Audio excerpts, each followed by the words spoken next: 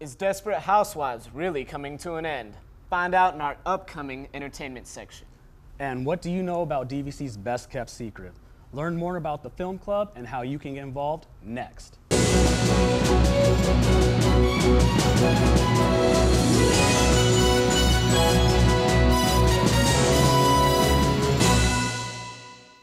Welcome to Overtime, the best sports show on the planet. I'm Dan Pasco. And I'm Aminder Sandhu.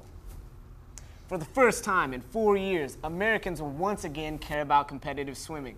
As the Summer Olympic Games are coming just around the corner, the Games will take place in London, England from July 27th to August 12th, marking the city's third time hosting the Games. Wow. With the excitement of multiple record-setting performances 4 years ago in Beijing, we all look forward to seeing what will ensue this year in London.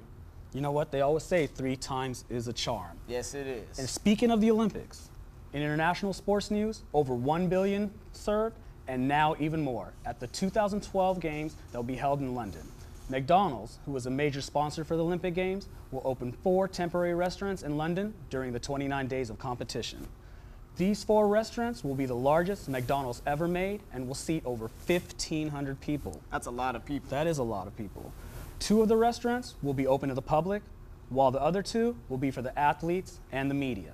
Now, Graham Morris, who sits on the Parliament's Health Committee, disagrees with McDonald's opening the restaurants in the Olympic Park, saying it is an inappropriate message to our young people, especially with our childhood obesity issues. Over 1.75 million meals are expected to be served during the Games. That's a lot of chicken nuggets and McCafe. But you know what? It does make me hungry for a Big Mac, filet of fish, quarter-pounder French fries, icy cold milkshake, sundaes, even an apple pie. That's a large meal, my friend. That's a large It meal. is. With the college basketball season coming to an end, many questions and opinions with the one and done rule continue to swirl as Ryan Fritzberg reports. One and done. That's what the 2012 national champion Kentucky Wildcats and many other elite college programs are facing this offseason. Was the superior team tonight. With the NBA implicating the one and done rule in 2005 that basketball players are required to be fully removed from high school for 1 year or be at least 19 years of age to enter the NBA draft. Doing so forces kids into playing at least 1 year of college basketball, creating a bigger impact to these programs than they would have thought. With many mixed emotions among the students and faculty about the one and done rule, it was interesting to find out which way the ball was bouncing for them. I think it's good. I don't know why they changed the rule to where players couldn't come out of high school. If you're ready for the pros, you're ready. So this student wasn't the only one who had a positive look on the one and done rule. We also learned that DVC head basketball coach Steve Comiglio did as well. I don't really see that many cons against it. You still have Europe as a way for these guys that are 18 years old. If they don't want to go to school, they can go to Europe. But not all students and faculty feel the same way on the one and done rule. In fact, many of them disagree with it. I think it's just for experience, and I don't really mind it at all, but it's better for the players in general. It's they get experience, and so if they just come straight out of high school, nothing crazy happens to them, for example, Kwame Brown, him being a bust and everything like that. I think, first of all, I think it's really stupid, because how do we develop if we only have that one and done rule, you know what I'm saying? So we have to at least have 4 years in college to really develop our skill and be in the NBA. We talked to DVC student athlete Ramon George, who is deciding to play basketball between Division I schools like Oregon and Cal, that if he had the opportunity to play 1 year of college basketball, then leave for the NBA draft, would he take that chance? I kind of would, but at the same time, I wouldn't want to go in the NBA hella, not ready or prepared. But I'm always confident about myself. So, if I can get into an all-star game and win an MVP, sure, I can do that. But the most surprising thing was finding how DVC athletic director Christine Worsley felt when I asked her opinion on the one and done rule and if there are any pros and cons to it. Pros and cons.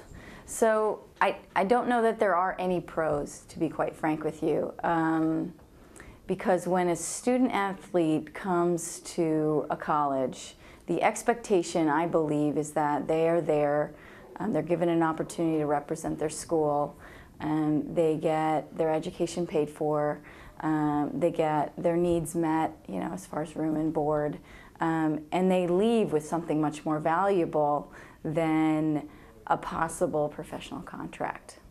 I believe in the concept of student athletes, that when a student comes to a college and is representing their college as an athlete, that they should be a student first and an athlete second.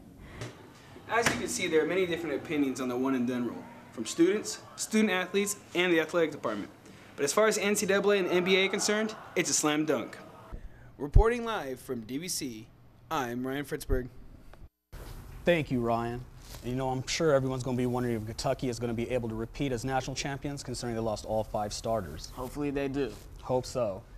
And now for our national sports roundup. NBA as well as the Stanley Cup playoffs are heating up as we're getting closer to the championships of both sports. All the pressure is on Miami in the NBA to see if LeBron James can get his first ring. And with baseball coming to its halfway point in 1 month, it will be time for the All-Star Game. So don't forget to vote for your favorite players. Tim Lynn should come, baby. Hey, I'm going Hamilton all the way. All the way. And since we are close to summer, it is almost Olympic time. All eyes are on Michael Phelps to see if he will do as well as he did in 2008 when he captured 8 gold medals. Ooh. Let's make it 16. Yeah, hey, LeBron should give him a call and see, get some advice. He should. The Tampa Bay Buccaneers made their most significant move of the offseason by signing former Rutgers University defensive lineman Eric LeGrand. LeGrand, who was paralyzed from the waist down in an Army game in 2010, was signed by Greg Schiano, who was LeGrand's former coach at Rutgers and now the current coach of the Buccaneers. The two had an unbreakable bond at Rutgers. Schiano went on to say, "This small gesture is the least we could do to recognize his character, spirit, and perseverance." LeGrand, who's still undergoing therapy and pursuing his college degree, doesn't have a role with the team yet, but says his first goal is to one day walk again. Hopefully he will. You know what? That is a classy move by the organization. Kudos to you, Coach, and kudos to the Buccaneers organization. Yes. And now there is no bounty out on the Saints defense just yet. NFL Commissioner Roger Goodell has yet to determine the suspension of the New Orleans Saints defensive players due to their major involvement in the Saints bounty scandal. Sources say the suspensions will be severe and may impact the chance for the New Orleans Saints to make it to the Super Bowl and be the first team in NFL history to win a Super Bowl in their own home stadium. That would be a nice feature, but the Raiders are going to win it. Sorry. You know, you're hurting my feelings because you know I'm a Saints fan. But now for some very sad news in the NFL. The football world is at a loss after former All-Pro linebacker and future Hall of Famer Junior Seau was found dead with an apparent self-inflicted gunshot wound in his chest at his San Diego Oceanside home. After autopsies, it was concluded that it was a suicide and that Seau shot himself in the chest so that scientists could observe and research his multiple-time concussed brain.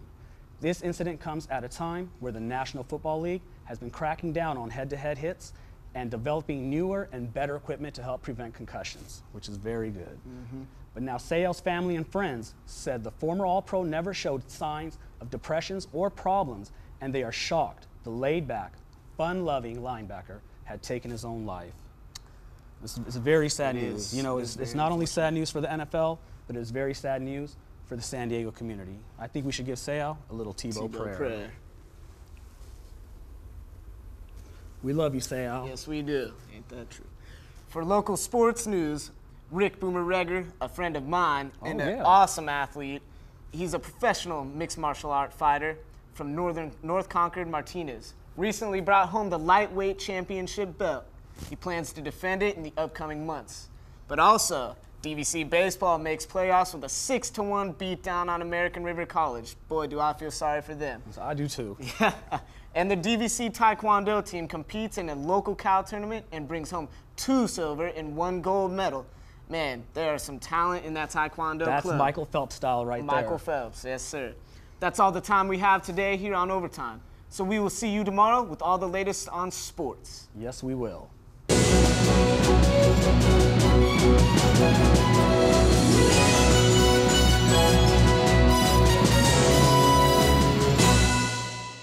Coming up, see into the future with Google's newest design of eyewear. And not only that, but legendary hip-hop artist Tupac Shakur is being resurrected for real this time. Find out how next with entertainment reporter Kevin Lum.